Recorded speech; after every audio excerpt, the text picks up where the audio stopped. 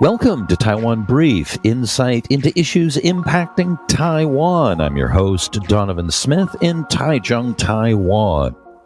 Today's show is partially based on a column I wrote for Taiwan News, The Taiwan Territorial Defense Force Needs You, which has turned out to be the most popular column I've written for Taiwan News so far.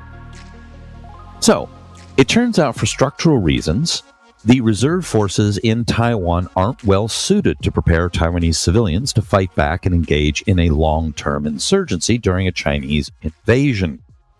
In my previous show, be sure to check that out, I explored why this is the case.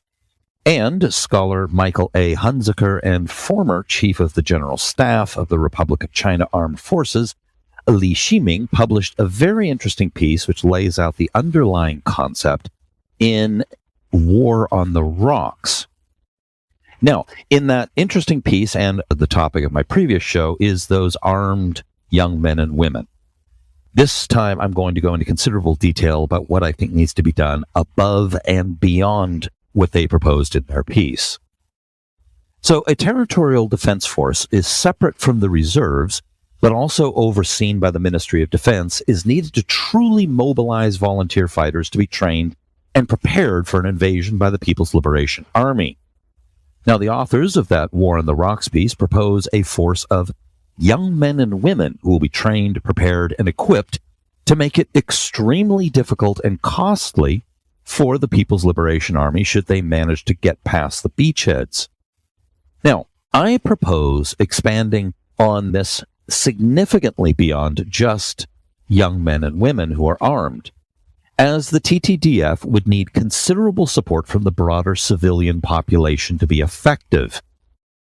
Armed civilians heroically fighting invaders, of course, grab a lot of attention, but it is basic logistics that keep them fighting. No matter how much courage one has and those fighters display, it doesn't make up for the lack of key supplies like food, water, and medical care.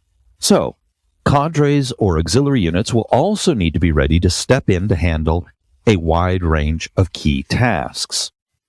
In this, almost everyone can play a role, and a certain number of trained people and basic materials in every single neighborhood could form a core around which a wider civilian resistance campaign can be formed.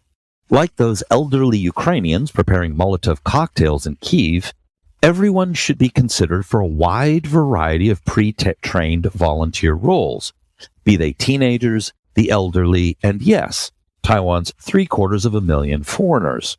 The country's specific political structure means one key person in every neighborhood whose role will need to be considered is the local borough chief or the lijiang, or the village chief or the cuanzhang.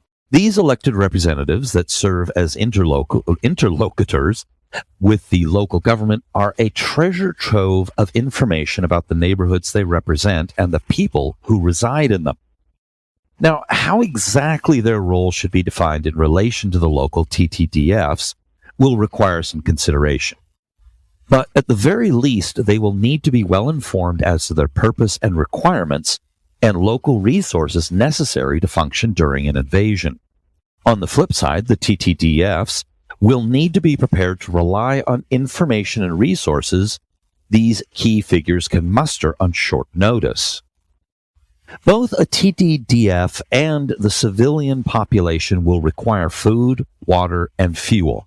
The defense forces will also need ways to replenish ammunition, parts, and other supplies. Now, fortunately, Taiwanese may be the best on the planet when it comes to logistics and making things happen on a shoestring. Willing local factory and warehouse owners should be trained to jump into action, not with guns, but with trucks and supplies to keep the resistance going. Medical teams will be absolutely necessary. And again, a volunteer corps will need to be trained and prepared to mobilize their peers when it comes time to spring into action. Unfortunately, doctors and especially nurses are already pushed to their limits with their workloads. These volunteers will either need to be paid for their time, or, like the cadres of Special Forces Hunziker and Lee recommend in the War on the Rocks piece, they may need to include full-time employees devoted just to this. Others will be required as well, including people ready to take on such tasks as scavenging and sourcing, ensuring bomb shelters are well maintained and having megaphones and identifying jackets to lead people into them, communications teams, repair experts, engineers, and so on.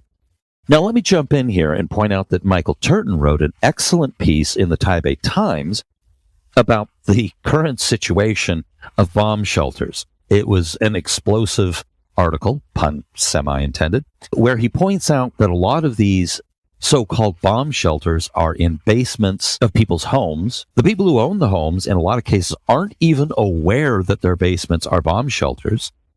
They're intended to house up to hundreds of people, and no provisions have been made, for example, whatever storage or junk the owners of these places may have used it to store in them, or, bathrooms and stuff.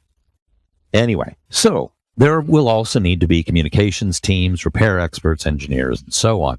But to be truly effective, a whole-of-society approach should be considered.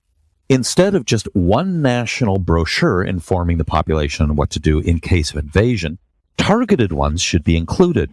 For example, people whose expertise is useful to all the teams mentioned above, including medical, logistics, etc., need to be informed on who might contact them, for what roles, and how they can support those who have been trained and prepared by a TTDF. Others could be prepared for large apartment block management committees. They could inform those committees of steps they can undertake now to prepare, such as storing food and water, considering bathroom requirements for those sheltering in parking garages during air raids, and perhaps identifying those in the building who are ready and willing to take on key roles in an emergency. Now, care will need to be given that people from all walks of life are included in some form, even if they aren't handed a gun. This will only underscore that resources and volunteers from every corner of society can be mustered to handle the myriad tasks that will confront the population in the event of war. There are few age or physical limitations on who can handle preparing meals, repairing clothing, making items like camouflage mesh and Molotov cocktails, running errands, and so forth, although I wouldn't recommend giving the kiddies the Molotov cocktail detail. The existence of a TTDF and the high likelihood of everyone knowing someone involved in it will go a long way towards spreading awareness of the need to prepare and harden Taiwan, and cause many to stop and think about what they themselves would and could do in an attack.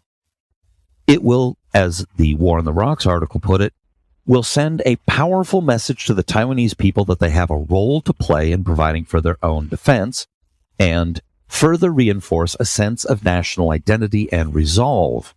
As the authors of that piece commented, quote, "Indeed, Taiwan can buy all the American weapons it wants, but nothing projects a more powerful signal that the Taiwanese people are ready to pay any price and bear any burden to protect themselves than a standing territorial defense force."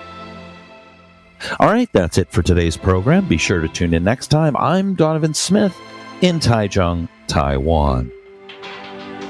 Sean here. As you know, we've been on a little bit of a hiatus. It's been quite busy these days, but now we're kind of back. Things are going to look a little different because we are working on new processes to make it easier for us to produce episodes. So stay tuned, and thank you for your support. And don't forget, for more content like this, support us at report.tw.